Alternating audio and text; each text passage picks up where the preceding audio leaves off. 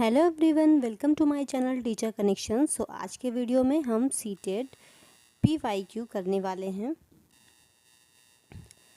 CTET PYQ 500 जो questions होंगे, top 500 PYQ questions हम करने वाले हैं।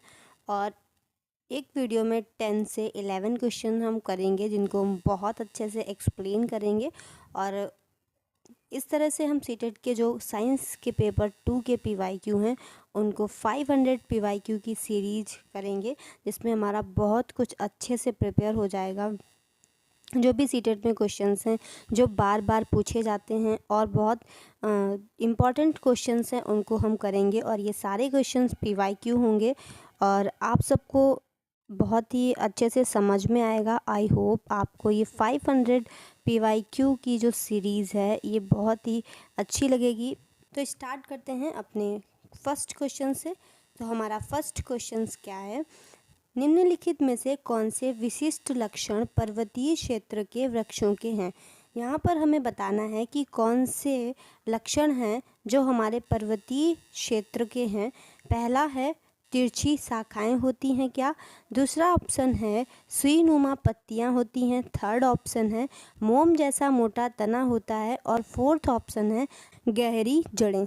तो क्या जो विशिष्ट लक्षण पर्वतीय क्षेत्र हैं उनके वृक्षों की क्या लक्षण होते हैं, क्या जो पर्वतीय वृक्ष होते हैं उनकी तिरछी शाखाएं होती हैं, क्या सुईनुमा पत्तियां होती हैं, क्या उनका तना मोम जैसा मोटा होता है या फिर लंबी गहरी जड़ें होती हैं। तो आपको इसमें से ऑप्शन चूज करना है। और यहाँ ऑप्शन ए 1 और 2, ऑप्शन बी 2 और 3, ऑप्शन सी 3 और 4 और ऑप्शन डी 1 और 3, इस तरीके से आपको टिक करना है। तो सीटेट में ऐसे ही क्वेश्चन पूछे जाते हैं। आप लोग जब इन क्वेश्चंस को अच्छे से प्रैक्टिस करेंगे, इनका एक्सप्लेनेशन सुनेंगे, तो आपका सीटेट में जो 30 में स्कोर रहेगा वो 25 से भी ज़्यादा आ सकता है। तो आप लोग इस सीरीज़ को, इन वीडियोस को, इन क्लासेस को अच्छे से देखिएगा। आपको अच्छी लगे तो वीडियो को लाइक कीजिएगा। तो इसका क्या आंसर होगा आइए देख लेते हैं। जो क्षेत्र समुद्र तल से 2000 मीटर की ऊंचाई पर होते हैं, जो भी क्षेत्र समुद्र तल से 2000 मीटर की ऊंचाई पर होते हैं उन्हें हम क्या कहते हैं, पर्वतीय क्षेत्र कहते हैं। और ये जो पर्वतीय क्षेत्र होते हैं यहाँ पर जो टेम्परेचर होता है, तापमान होता है, वो क्या होता है, कम होता है। और यहाँ पर जो बारिश होती है वो ज़्यादा होती है। तो टेम्परेचर लो होता है और बारिश यहाँ पर ज़्यादा होती है। और इसके साथ ही यहाँ पर जो शीत ऋतु में हिमपात होता है वो भी होता है। और यहाँ पर उगने वाले वृक्षों के जो लक्षण होते हैं वो क्या होते हैं, तो जो पहला लक्षण है यहाँ पर तिरछी शाखाएं होती हैं और सुईनुमा पत्तियाँ होती हैं, क्योंकि वहाँ पर बर्फ़ बहुत ज़्यादा गिरती हैं। तो तिरछी शाखाएं होती हैं ताकि बर्फ़ जो है रुके नहीं, और सुईनुमा पत्तियाँ होती हैं। और इसका जो थर्ड लक्षण होता है कि वृक्ष कैसे होते हैं, शंक्वाकार होते हैं। जो पर्वतीय क्षेत्र के वृक्ष होते हैं वो शंक्वाकार होते हैं। तो ये सारे क्वेश्चन डायरेक्ट एनसीईआरटी से आते हैं। तो आप लोग जब एनसीईआरटी को पूरा 6 to 10th तक पढ़ेंगे अच्छे से, तो आपको ये सारे क्वेश्चंस वहाँ पे मिलेंगे। जो थ्योरी है वो मिल जाएगी पूरी। तो इसका आंसर ये है 1 और 2, क्योंकि यहाँ पर जो थर्ड वाला है हमारा शंक्वाकार वो दिया नहीं गया है। और मोटा मोम जैसा तना नहीं होता है, लंबी गहरी जड़ें नहीं होती हैं, तिरछी शाखाएं होती हैं और सुईनुमा पत्तियां होती हैं। तो आई होप ये क्वेश्चन क्लियर हो गया होगा। बढ़ते हैं नेक्स्ट क्वेश्चन की ओर। तो ये हमारा क्वेश्चन नंबर 2 है। नीचे दिए गए कथनों को पढ़िए और सही विकल्प का चयन कीजिए। तो ये असर्शन और रीजन वाले क्वेश्चंस होते हैं जो कि सीटेट में बहुत सारे आते हैं। समुद्र के किनारे जैसे कम ऊंचाई वाले स्थानों पर पानी आसानी से उबलता है। कारण दिया हुआ है कि कम ऊंचाई वाले स्थानों पर वायुमंडलीय दाब कम होता है। तो इस क्वेश्चन को ऐसे पढ़ेंगे कि समुद्र के किनारे जैसे कम ऊंचाई वाले स्थानों पर आसानी से पानी जो है उबलता है, क्योंकि कम ऊंचाई वाले स्थानों पर वायुमंडलीय दाब कम होता है। तो इसका आंसर क्या होगा, ऑप्शन ए अभिकथन और कारण दोनों सही हैं और कारण अभिकथन की सही व्याख्या करता है। ऑप्शन बी, अभिकथन और कारण दोनों सही हैं और कारण अभिकथन की सही व्याख्या नहीं करता है। ऑप्शन सी, अभिकथन सही है परंतु कारण सही नहीं है। ऑप्शन डी, अभिकथन और कारण दोनों ही सही नहीं है। तो इसका क्या आंसर होगा, आप लोग कमेंट बॉक्स में लिखिएगा ज़रूर। चलिए डिस्कस करते हैं कि कौन सा ऑप्शन सही होगा। तो जो समुद्र तल होता है उसके किनारों वाले स्थान पर वायुमंडलीय दाब कैसा होता है, अधिक होता है। जो समुद्र के किनारे होते हैं उस पर जो वायुमंडलीय दाब होता है वो अधिक होता है। तो और अधिक ऊंचाई वाले स्थानों पर, पहाड़ों पर वायुदाब है वो कम होता है। पहाड़ों पर वायुदाब कम होता है और समुद्र के किनारों पर वायुदाब ज़्यादा होता है। तो जो समुद्र के किनारे हैं वहाँ पर वायुदाब अधिक होगा और जो पहाड़ों के ऊपर है वहाँ पर वायुमंडलीय दाब कम होगा। और अधिक वायुदाब के कारण क्या होता है, समुद्र के किनारों वाले स्थानों पर जो अधिक वायुदाब है, समुद्र के किनारे वाले स्थानों पर जल अधिक देरी या कठिनाई से उबलता है। तो जैसे कि समुद्र के किनारे क्या होता है, जब वायुदाब अधिक होता है तो वहाँ पे जो जल होता है वो बहुत देरी से या कठिनाई से उबलता है। ठीक है, तो और इसमें क्या लिखा हुआ है कि समुद्र के जैसे कम ऊंचाई वाले स्थानों पर पानी आसानी से उबलता है, जबकि ये गलत है।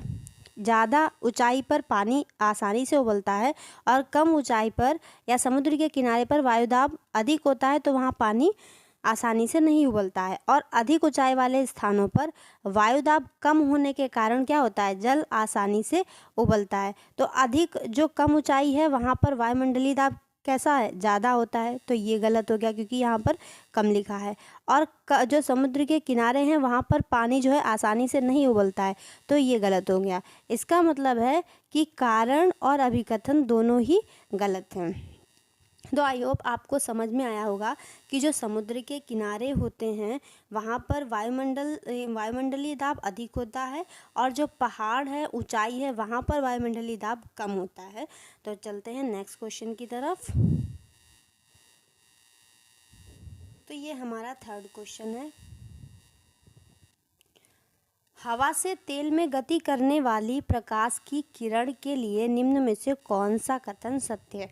तो ये लाइट चैप्टर से है। तो जब हम 6 क्लास की एनसीईआरटी मोस्टली ये फिनिश होने वाली है, 7th, 8th, 9th और 10th क्लास की एनसीईआरटी करेंगे, वहाँ पे लाइट चैप्टर आएगा। तो हम इस क्वेश्चन की जो थ्योरी है वहाँ पर बहुत अच्छे से डिस्कस करेंगे। तो आपने अब तक 6 क्लास एनसीईआरटी की जो थ्योरी है चैप्टर वाइज जो मैंने डिस्कस किया है, अगर आपने नहीं देखा है तो आपको वीडियो की डिस्क्रिप्शन बॉक्स में लिंक मिल जाएंगे, तो आप ज़रूर देखिएगा, बेनिफिशियल होंगी आपके सीटेड एग्ज़ाम के लिए। बहुत ही बेनिफिशियल क्लासेस हैं, तो ज़रूर देखिएगा। ऑप्शन ए है, प्रकाश की गति कम हो जाती है और किरण अभिलंब की ओर झुक जाती है। प्रकाश की गति बढ़ जाती है और किरण अभिलंब से दूर झुक जाती है।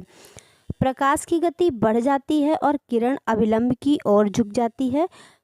प्रकाश की गति कम हो जाती है और किरण अभिलंब की ओर झुक जाती है। तो बताइए आपके अकॉर्डिंग इसमें क्या आंसर होगा, जल्दी से कमेंट बॉक्स में टाइप कर दीजिए। तो चलिए देखते हैं कि प्रकाश की किरण जब एक माध्यम से दूसरे माध्यम में जाती है, प्रकाश की किरण जब हवा से तेल में गति करेगी तो प्रकाश की किरण के लिए निम्न में से कौन सा कथन सत्य होगा। तो आपने लाइट चैप्टर में पढ़ा होगा, प्रकाश की किरण जब एक माध्यम से दूसरे माध्यम में जाती है तो प्रकाश तरंगों की आवृत्ति वहीं रहती है, लेकिन उसकी तरंगदैर्घ्य और वेग जो है वो चेंज हो जाते हैं। जब प्रकाश किसी विरल माध्यम, यानी कि विरल माध्यम क्या होता है, विरल माध्यम यहाँ पर हवा है और सघन माध्यम यहाँ पर ऑयल है, तेल है। सघन माध्यम कौन सा है, तेल। तो विरल माध्यम से सघन माध्यम की ओर जाती है तो उसकी गति कैसी हो जाती है, कम हो जाती है और किरण अभिलंब की ओर झुक जाती है। तो जैसे कि इस तरीके से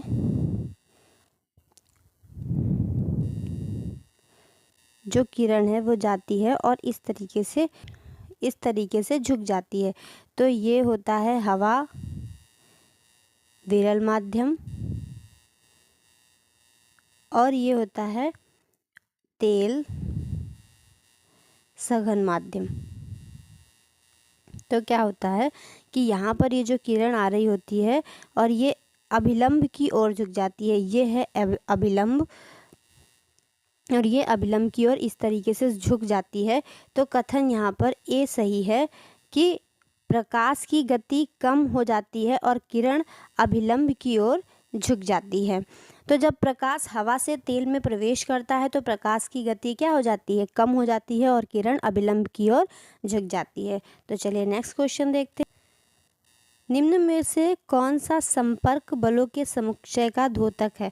मतलब इनमें से कौन से ऐसा जो पेयर है जो कि संपर्क बल है, कौन सा सेट है जिसमें सारे संपर्क बल लिखे हुए हैं? तो ऑप्शन नंबर ए स्थिर वैद्युत बल, घर्षण बल और चुंबकीय बल। ऑप्शन बी मांसपेशीय बल, घर्षण बल और गुरुत्व बल। ऑप्शन सी ड्रैग, कर्षण बल या मांसपेशीय बल या घर्षण बल। ऑप्शन डी गुरुत्व बल, स्थिर वैद्युत बल या कर्षण बल। तो इनमें से कौन सा ऐसा सेट है जो संपर्क बल का समुच्चय है? संपर्क बल कौन कौन से होते हैं? तो यहाँ पर हमारा ऑप्शन नंबर सी सही होगा, जो कि ड्रैग कर्षण बल है, ये भी एक संपर्क बल है।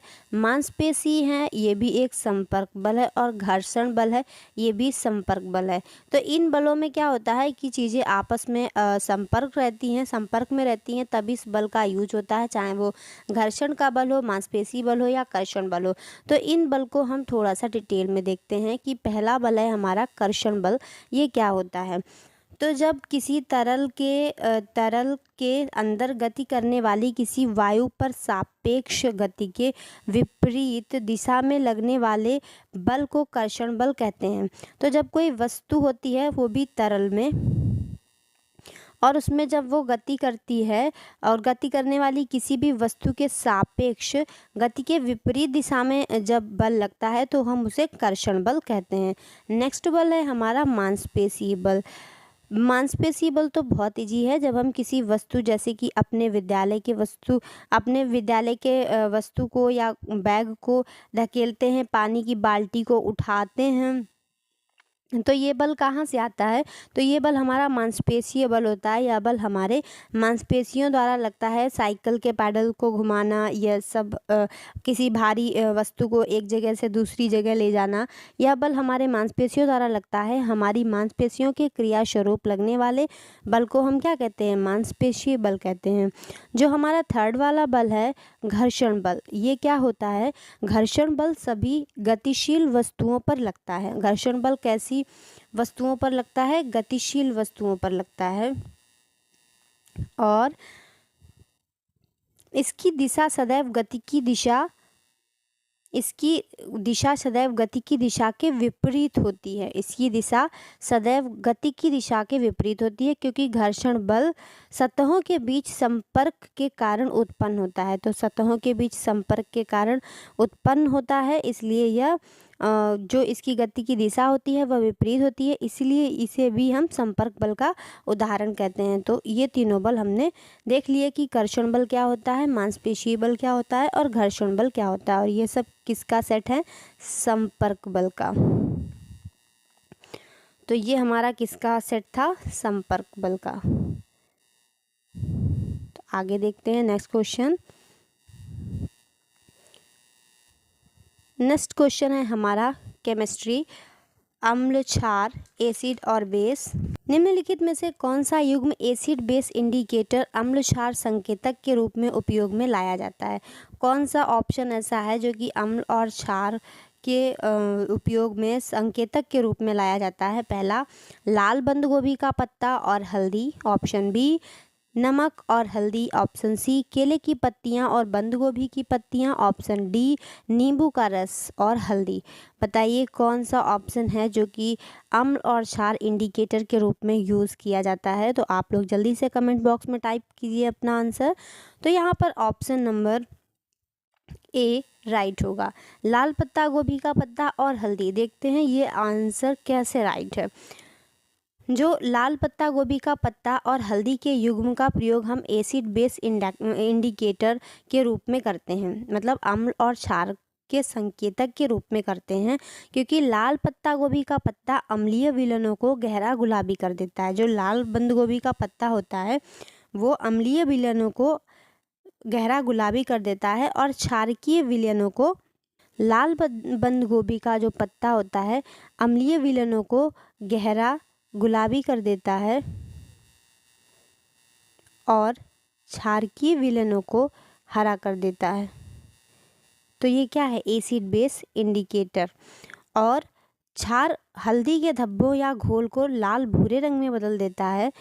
हल्दी क्या करता है, जो क्षार के हल्दी के धब्बे या घोल को क्या करता है, लाल भूरे रंग का कर देता है, और हल्दी के घोल या धब्बों पर अम्लीय घोल मिलाने पर इसके रंग में कोई परिवर्तन होता ही नहीं है। मतलब अम्लीय में कोई परिवर्तन नहीं होगा और क्षार में लाल भूरा रंग हो जाएगा। तो आई होप ये क्वेश्चन भी आपको समझ में आया होगा। अब हम बढ़ते हैं अपने नेक्स्ट क्वेश्चन की ओर। रीता किसी पात्र में अचार रखना चाहती है, इसके लिए सबसे अच्छा पात्र कौन सा हो सकता है। तो आपने अपने घरों में अचार देखा होगा, आपके घरों में किस बॉक्स में अचार रखा जाता है। क्या ऑप्शन ए एल्युमिनियम में अचार रखा जाता है, या फिर ऑप्शन सी तांबा में, या ऑप्शन बी कांच ग्लास में, या ऑप्शन डी पीतल ब्रॉस में। तो आप लोग अपना आंसर कमेंट बॉक्स में टाइप कीजिए। तो रीता किसी पात्र में अचार रखना चाहती है, इसके लिए सबसे अच्छा पात्र होगा कांच का। आपने अपने घरों में भी देखा होगा, हमारी मम्मी दादी नानी लोग जो कांच होती है उस पर अचार रखती हैं, आम का अचार, नींबू का अचार, मिर्चे का अचार। तो ये सबके घरों में बनता है और कांच के जार में ही रखा जाता है। तो कांच एक उत्कृष्ट सामग्री है, पुनः प्रयोज्य सामग्री है, जिसमें अचार रखते हैं हम, जो लवण और एसिड द्वारा रासायनिक जंग के लिए अत्यधिक प्रतिरोधी है। मतलब लवण और जो एसिड होता है ना, उसके लिए ये कांच जो है वो रासायनिक जंग के लिए अत्यधिक प्रतिरोधी है। यह गैर छिद्रपूर्ण भी होते हैं और खाद्य पदार्थों में एसिड साल्ट बेसाल्ट को अवशोषित या प्रसारित नहीं करते हैं। मतलब जो भी हमारे अचार में एसिड साल्ट वगैरह होते हैं उनको ये प्रसारित नहीं करते हैं, और ये रासायनिक जंग के प्रतिरोधी भी होते हैं, इसीलिए हम कांच के जार को यूज़ करते हैं। चलिए नेक्स्ट क्वेश्चन की तरफ। नेक्स्ट क्वेश्चन है हमारा, निम्नलिखित में से कोई एंजाइम नहीं होते हैं। मतलब जो ये ऑप्शन दिए हुए हैं इनमें से कोई एक एंजाइम नहीं है। तो कौन एंजाइम नहीं है? क्या bile juice, option A, option B अग्नाशय रस, ऑप्शन सी गैस्ट्रिक जूस अमाशयी रस, ऑप्शन डी लसिका रस। इसमें से कौन सा एक ऐसा ऑप्शन है जो कि एंजाइम नहीं है? तो आप लोग अपना आंसर कमेंट बॉक्स में टाइप कीजिए।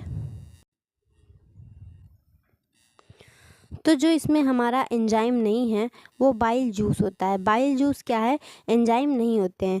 तो फिर बाइल जूस क्या होता है? पित्तरस वसा के पाचन में महत्वपूर्ण भूमिका निभाता है। और जो अग्नाशयी रस होता है ये ट्रिप्सिन, एमाइलेज और लाइपेज एंजाइम पाए जाते हैं। जो अग्नाशयी रस होता है इसमें ट्रिप्सिन, एमाइलेज और लाइपेज एंजाइम पाए जाते हैं। और जो हमारा आमाशयी रस होता है इसमें कौन कौन से एंजाइम पाए जाते हैं? पेप्सिन, रेनिन, लाइपेज एंजाइम पाए जाते हैं। और जो हमारा लसिका रस होता है यह कोशिकाओं तक पोषक तत्वों जैसे कि गैसों, हार्मोन्स तथा एंजाइम आदि को पहुंचाने का कार्य करता है। तो यहाँ पे कौन सा ऐसा था बाइल जूस था जिसके एंजाइम नहीं होते हैं। तो आई होप आपको ये क्वेश्चन भी समझ में आया होगा। बढ़ते हैं नेक्स्ट क्वेश्चन की तरफ। दो पात्र हैं ए और बी, 0 डिग्री सेल्सियस पर 50 ग्राम बर्फ़ और 0 डिग्री सेल्सियस पर 50 ग्राम पानी है। यदि दोनों पात्रों को फ्रिज में रखकर ऊष्मीय संतुलन प्राप्त करने दिया जाए तो निम्नलिखित में से कौन सा कथन सत्य होगा। तो देखिए, आपको हमने क्लास 6 एनसीईआरटी का ताप चैप्टर टेम्परेचर वाला पढ़ाया है। तो अगर आपने अब तक उस चैप्टर को नहीं देखा है, ताप और मापन, तो आप लोगों को लिंक डिस्क्रिप्शन बॉक्स में मिल जाएगा। तो देखते हैं इस क्वेश्चन के क्या ऑप्शंस हैं। पहला ऑप्शन है बी की अपेक्षा ए अधिक ऊष्मा खोएगा। ऑप्शन ए बी की अपेक्षा ए अधिक ऊष्मा खोएगा। ऑप्शन बी ए की अपेक्षा बी अधिक ऊष्मा खोएगा। ऑप्शन सी ए और बी दोनों ऊष्मा खोएंगे। या ऑप्शन डी निर्धारित नहीं किया जा सकता कौन अधिक ऊष्मा खोएगा। तो ये क्या है, क्वेश्चन है कि दो पात्र हैं ए और बी, जिसमें 0 डिग्री सेल्सियस पर 50 ग्राम बर्फ़ 0 डिग्री सेल्सियस पर 50 ग्राम बर्फ़ और 0 डिग्री सेल्सियस पर ही 50 ग्राम पानी लिया गया है। यदि दोनों पात्रों को फ्रिज में रख दिया जाए और ऊष्मीय संतुलन प्राप्त करने दिया जाए तो इसमें से कौन सा कथन सही हो जाएगा। तो हमारा ऑप्शन नंबर बी एकदम राइट हो जाएगा कि ए की अपेक्षा बी अधिक ऊष्मा खोएगा। चलते हैं कि जानते हैं कि कैसे बी अधिक ऊष्मा खोएगा और ए कम ऊष्मा खोएगा।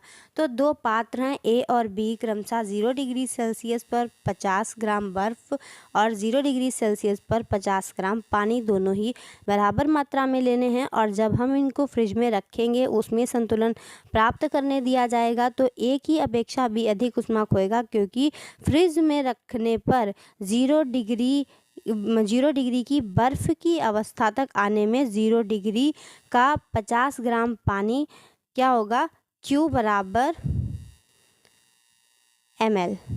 तो Q बराबर Q क्या है, ऊष्मीय ऊर्जा का से डिनोट करते हैं हम Q से। तो 50, तो यहाँ पर ये कितनी खोएगा ऊष्मा, 50 की इंटू 80 इक्वल टू 4000, यानी कि ये 4000 कैलोरी ऊष्मा अधिक खोएगा, जो कि बी जो है वो अधिक ऊष्मा खोएगा। और बी क्या है, पानी, 50 ग्राम पानी है जो कि 0 डिग्री सेल्सियस पर फ्रिज में रखा जाएगा। तो ये क्वेश्चन भी क्लियर हो गया होगा। बढ़ते हैं नेक्स्ट क्वेश्चन की तरफ। हमारे प्रबाहु में कोहनी का जोड़ घर के दरवाजे के कब्जे की भांति चलता है, या कौन सा जोड़ संधि होता है।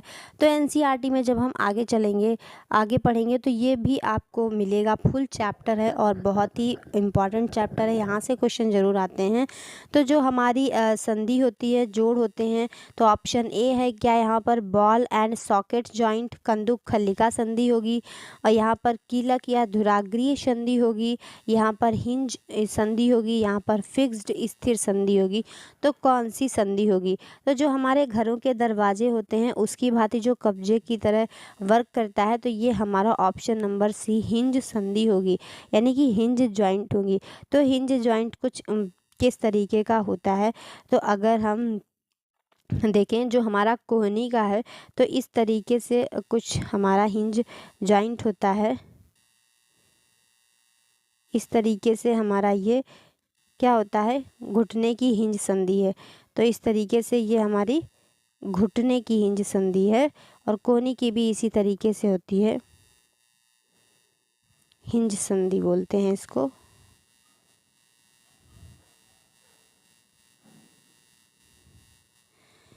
हमारे प्रबाहु में कोहनी का जोड़ जो है कि घर के दरवाजे के कब्जे की भांति चलता है, तो ये क्या कहलाती है, हिंज संधि कहलाती है। कोहनी में हिंज कब्जा जो होता है उसकी संधि होती है, और जिससे क्या करते हैं हम आगे या पीछे एक ही दिशा में गति कर सकते हैं। तो आई होप ये क्वेश्चन भी क्लियर हो गया होगा। बढ़ते हैं नेक्स्ट क्वेश्चन की तरफ। किसी घाव से अत्यधिक रक्तस्राव में निम्न में से किस विटामिन की कमी से हो सकता है।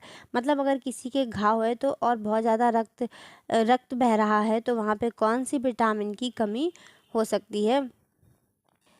Vitamin C, option B B complex, option C vitamin D, option D vitamin K. तो कौन से विटामिन की कमी हो सकती है? तो यहाँ पर विटामिन के की कमी है। तो विटामिन का मैंने फुल चैप्टर आप लोगों को पढ़ाया है 6th क्लास की एनसीईआरटी चैप्टर नंबर 1 और मैं इस प्लेलिस्ट में आपको 6th क्लास की प्लेलिस्ट में जो फर्स्ट वीडियो होगा उसमें आपको विटामिन की ट्रिक भी मैंने पढ़ाई है, जो कि इनके जो रासायनिक नाम होते हैं उनकी ट्रिक है। और अगर आपने वो वीडियो नहीं देखा है तो आपको लिंक डिस्क्रिप्शन बॉक्स में मिल जाएगी। तो ये चैप्टर मैं कंप्लीट करा चुकी हूँ।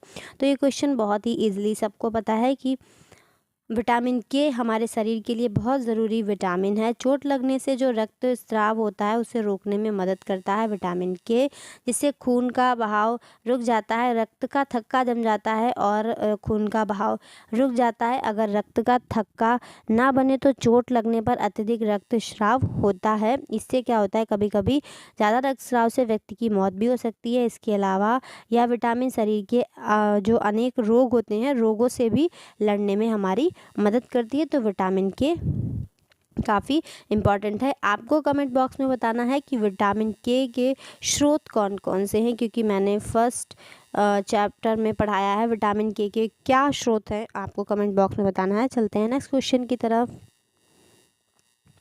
तो ये क्वेश्चन है हमारा, एक चुंबक के दो टुकड़े में एक चुंबक को दो टुकड़ों में तोड़ दिया जाए और अगर इन दोनों टुकड़ों को पास लाया जाए तो क्या होगा? क्या ये ऑप्शन नंबर ए एक दूसरे को आकर्षित करेंगे, ऑप्शन बी एक दूसरे को प्रतिकर्षित करेंगे, ऑप्शन सी आकर्षित करेंगे या प्रतिकर्षित करेंगे, ऑप्शन डी ना आकर्षित करेंगे ना प्रतिकर्षित करेंगे।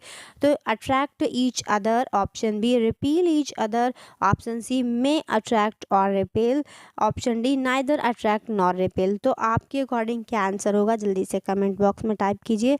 आपको पता है क्लास 6 एनसीईआरटी में मैंने आपको मैग्नेट चैप्टर, चुंबक को जाने चैप्टर पढ़ाया है। तो अगर आपने वो वीडियो नहीं देखा है तो वहाँ से क्वेश्चन डायरेक्ट आया है। मैंने पूरा डिस्कस किया है, पूरा एक्सप्लेन किया है कि कैसे चुंबक बिहेव करती है और चुंबक के गुण क्या हैं, चुंबक के दोष क्या हैं। ये सारी चीज़ें आप उस चैप्टर में पढ़ सकते हैं।